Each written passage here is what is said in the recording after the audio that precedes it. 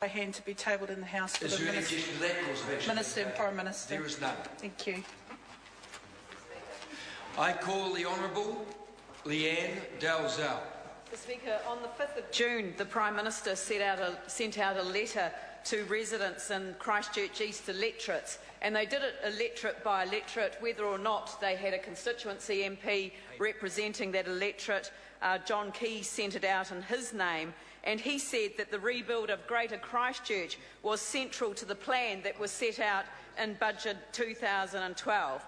And the government's narrative around the earthquake recovery in Christchurch, or Greater Christchurch as they refer, because of course Waimakariri District Council and Selwyn District Council are included within the Greater Christchurch area.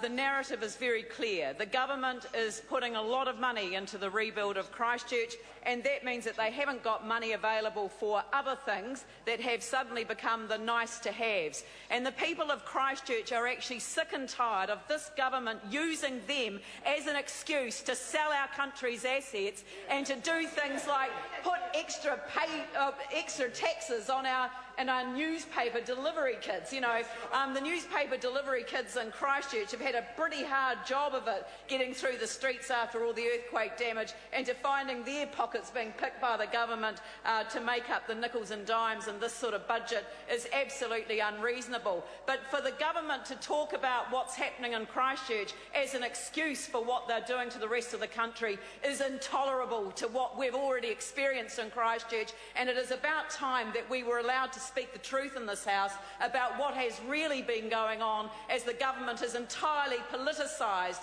the situation in Christchurch to their own advantage, even from the moment that they chose the corporate colours for the Canterbury Earthquake Recovery Authority. What colours do you think most people in New Zealand would associate with Canterbury? It would be red and black, wouldn't it? You'd expect the corporate colours of the Canterbury Earthquake Recovery Authority to be red and black, and actually they were going to be red and black.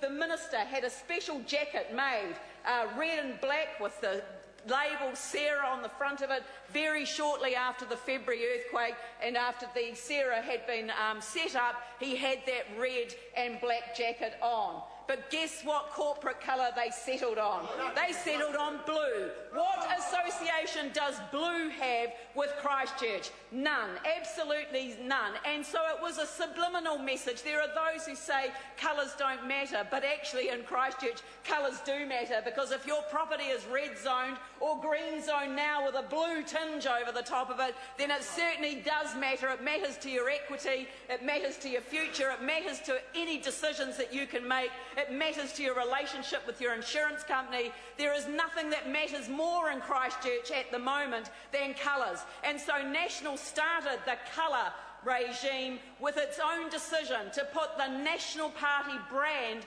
on the Canterbury Earthquake Recovery Authority. The subliminal message is that the national government is rebuilding Christchurch. Canterbury can't even own its own recovery with its own colours leading the way, red and black. And that's something that Labor would restate straight away, and that is the red and black would be leading the recovery. We would let the people of Canterbury own their own recovery. We wouldn't have a top-down government department and a government minister actually controlling the recovery of our city and making all of these decisions without any engagement with the people. We would put a layer of governance between the Minister and Roger Sutton, who's the head of the Canterbury Earthquake Recovery, which would become a state-owned enterprise or an independent Crown entity, in order to be able to do their job properly, which is to facilitate the recovery. But that is something that's got to be owned by the people, with a proper sense of engagement with the people so that they can be involved in it. But let's have a look at what the government is saying in its narrative. They've set aside $5.5 billion for the Canterbury Earthquake Recovery Fund, and then he goes on to say that more than $3.4 billion of the recovery fund will have been spent by next year. Well, that isn't true. We know that that's not true, because in fact we've done the same sums, and the government has thrown everything into the $5.5 billion that they can possibly find. They've got $4 million to establish SARA, $3 million for the Royal Commission of Inquiry, $23 million for work that was already done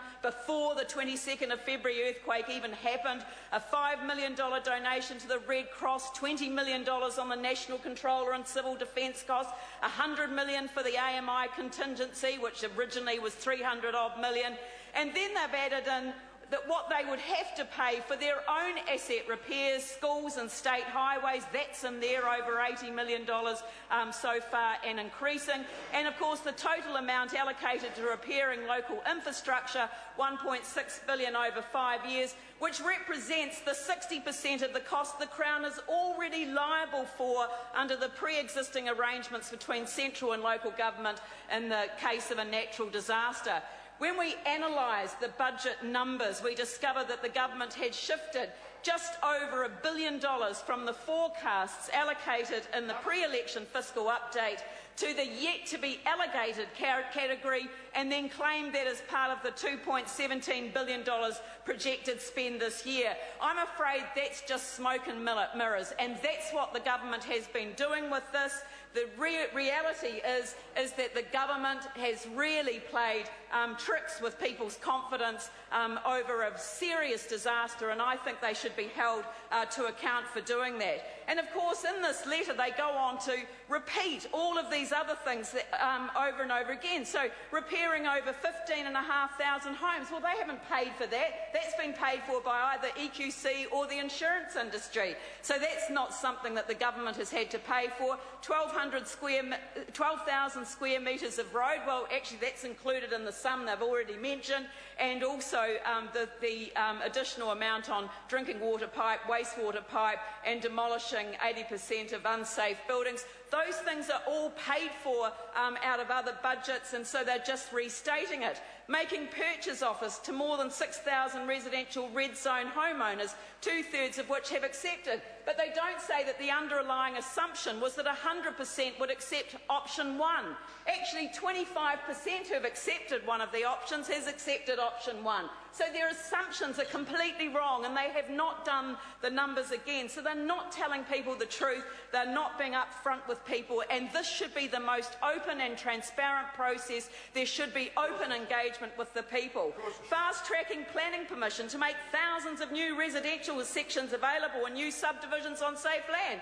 Well, when do they come? Too late for the people that have to move out of the red zone. Not one single one of those sections will be available to rebuild on by April next year. Not one of those that they have fast-tracked the planning permission for. And then completing the infrastructure repairs and undertaking a further amount each month on average, again restating the figure they've already included in the original figures. So, but then what do? They say, well, look, you can have your say now. It's time for you to have your say. And let's just restate our position on this. Please tick the 3 aspects of the government's commitment to rebuilding Greater Christchurch that are most important to you. So, of course, they're reinforcing to the public that the government's got this commitment to rebuilding Greater Christchurch because the national government's doing it. They are not facilitating people to do it for themselves.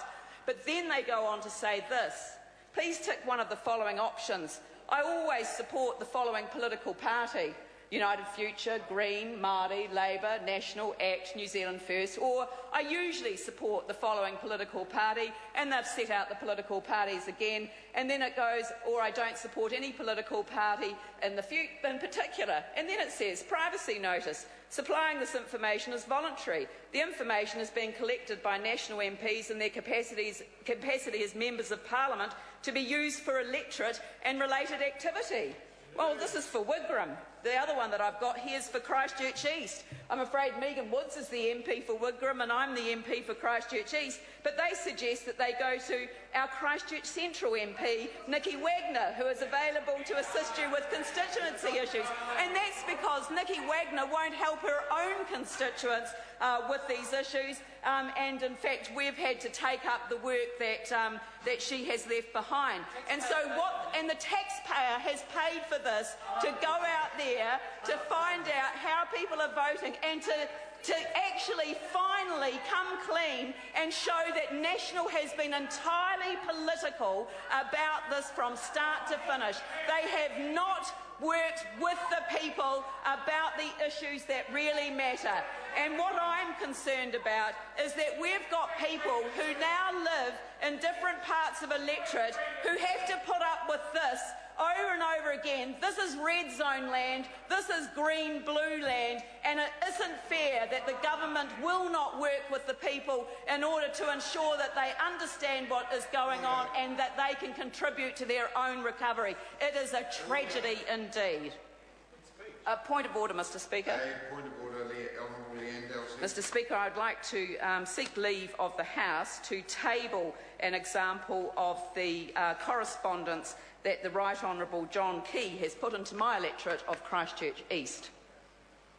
Leave is sought for that purpose. Is there anyone opposed to that course of action?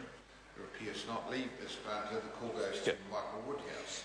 Thank you, Mr Speaker. There's a speech that focused on the burning issues of the day, isn't it? The colours of